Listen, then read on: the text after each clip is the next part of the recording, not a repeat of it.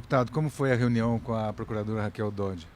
Olha, nós viemos em nome da Comissão de Trabalho e Administração Pública entregar um documento solicitando que fosse aberto ou tivesse continuidade uma apuração de crimes cometidos pela Lava Jato no Paraná. Eu digo crimes porque ficou provado que 2,5 bilhões iriam para uma entidade, uma fundação privada. E isso é recurso público, tem que estar com a União. É a concordância, inclusive, da procuradora. Então estamos aguardando, em primeiro lugar, que esse recurso de fato seja destinado ao erário público, especialmente a questão da educação, que há uma concordância nossa de ali ser reforçado. Mas nós pedimos também notícias sobre inquéritos em relação ao Deltan Dallagnol, em referência, em primeiro lugar, a este fundo da Lava Jato, acordos de leniência que foram feitos com a Odebrecht no valor de 6,8 bilhões e que nós não sabemos como foi usado, ninguém tem notícia disso, e ela ficou de nos repassar, também não tinha informações ainda sobre esta denúncia que já foi feita diversas vezes, e agora com o site The Intercept colocando denúncias gravíssimas das conversas de Dallagnol com Moro, combinando o jogo de como punir o réu, neste caso o ex-presidente Lula, através de um conluio, tanto do Ministério Público Lava Jato, com um juiz. Então, isso são três elementos graves que merecem que haja realmente uma investigação a fundo. E isso é que nós pedimos à Procuradora-Geral da República, que nos desse tranquilidade ao povo brasileiro de que essas investigações serão feitas. Não é isso, Bongas? Não, é fundamental que a Procuradoria realmente faça todos os procedimentos. Inclusive, ela nos confirmou a abertura do procedimento em relação à fundação, tá? E isso está sob uma liminar hoje já no Supremo Tribunal Federal, o que na verdade corrobora com o que nós dissemos logo. Um recurso desses não pode ficar sob um aparelhamento privado e usado da forma como estão usando, isso está se confirmando agora, de uma forma politiqueira. Infelizmente, a Lava Jato operou no Brasil sob bases fraudulentas, criminosas, para, primeiro, trabalhar num movimento para que a Dilma fosse afastada, segundo lugar, para que o Lula fosse preso, e obviamente isso ocasionou um resultado sob suspeita de uma eleição que elegeu o atual governo. Então, essas bases, elas estão totalmente contaminadas. E é por isso que é importante que a Procuradoria ela tome atitudes enérgicas, e essa é exatamente a nossa reivindicação, sobre os procedimentos e as apurações dos responsáveis. O Moro continua ministro, o Deltan Dallagnol continua nas suas atividades, e nós achamos que, se confirmadas todos os processos que, tudo indica, são criminosos, fraudulentos, eles precisam ter as devidas responsabilizações. Esse foi o nosso pedido. E em relação ao fundo, esse dinheiro, que está os 2 bilhões e meio? A interpretação da procuradora ela é muito importante. Ela que tomou a iniciativa, encaminhou ao Supremo Tribunal Federal para, primeiro, anular a fundação. Essa fundação não tem razão de existir.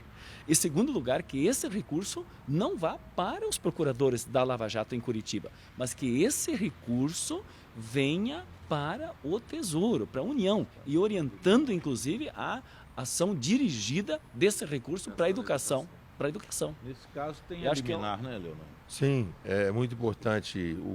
Nós viemos aqui em nome da Comissão do Trabalho da CETASP, né, representando a comissão, justamente para informar da procuradora e também passar para ela a nossa preocupação de que esse recurso oriundo da recuperação da Lava Jato seja incorporado no Orçamento Geral da União e que seja direcionado para gasto na educação. Inclusive, o deputado Rogério Correia é autor de um projeto de lei, né, já nessa linha. Portanto, nós inclusive reforçamos e também questionamos a ela sobre as investigações sobre o site da Intercept. Né? Para nós é de fundamental importância que seja apurado essa relação promíscua, né, entre o juiz e o Ministério Público, né, que comprometeu, sem dúvida nenhuma, o julgamento em relação a várias autoridades, sobretudo o presidente Lula. Ou seja, houve uma intervenção direta do Ministério Público e do juiz, naquela época, o Moro, né, no resultado final das eleições. porque retirou uma candidatura do Partido dos Trabalhadores, que era o Lula, e inclusive ameaçou a outra candidatura, que era a candidatura do Haddad, para favorecer a eleição do Bolsonaro, para ele virar ministro da Justiça, garantido que será o ministro do Supremo Tribunal Federal. Portanto, há provas claras, não é, que esse processo tem indícios e provas de irregularidade, né, entre o Ministério Público e o Judiciário.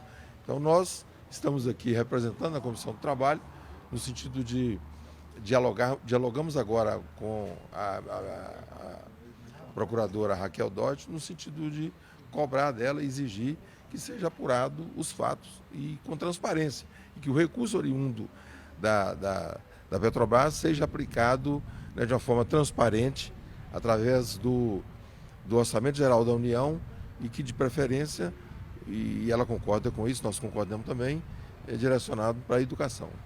Agora, em relação ao Intercept, o que a procuradora diz? Pois é, estão muito preocupados com de onde vieram as informações. Então, a preocupação deles é também a preocupação da Rede Globo, né, que a gente tem visto. A preocupação deles é de onde veio a informação. Mas o conteúdo da informação fica de lado, que é também essencial que nós saibamos esse conteúdo. Ele é muito problemático. Um juiz combina com o promotor como é que vai ser o resultado do julgamento, o resultado do jogo. Fosse um juiz de futebol, a torcida, evidentemente, chamaria esse juiz de ladrão. Agora, o caso do Dallagnol, ele é reincidente. A cor de leniência não é só ele, é junto com a Lava Jato e com o Moro, que parece que era o chefe da Lava Jato. Então, eles são reincidentes. É o 6,8 bi de acordo de leniência da Odebrecht, que agora faliu. Está aí, conseguiram falir uma empresa fundamental para o Brasil, porque parece que era interesse também dos Estados Unidos. Depois, 2,5 bi, 230 mil desempregados, 2,5 bi de uma fundação. E agora, o site da Intercept colocando essa combinação que eles tinham para, evidentemente, fazer com que o Moro depois virasse juiz e que a Lava Jato fosse alçada a um patamar que transcende o que é realmente um Ministério Público e o papel dele. Então, nós vivemos no Brasil, beiramos a um autoritarismo, uma ausência de democracia muito grande. Mas a PGR não vai investigar, por enquanto, as denúncias do Intercept. É o que eu disse, estão muito mais preocupados em saber como que foram obtidos os dados do que os dados em si. Mas olha, isso não me preocupa tanto não, porque vai vir tanta coisa que eles vão acabar tendo que entrar no conteúdo disso. A nossa insistência foi isso, para que houvesse a investigação rigorosa, porque as coisas não podem ser tratadas com dois pesos, duas medidas.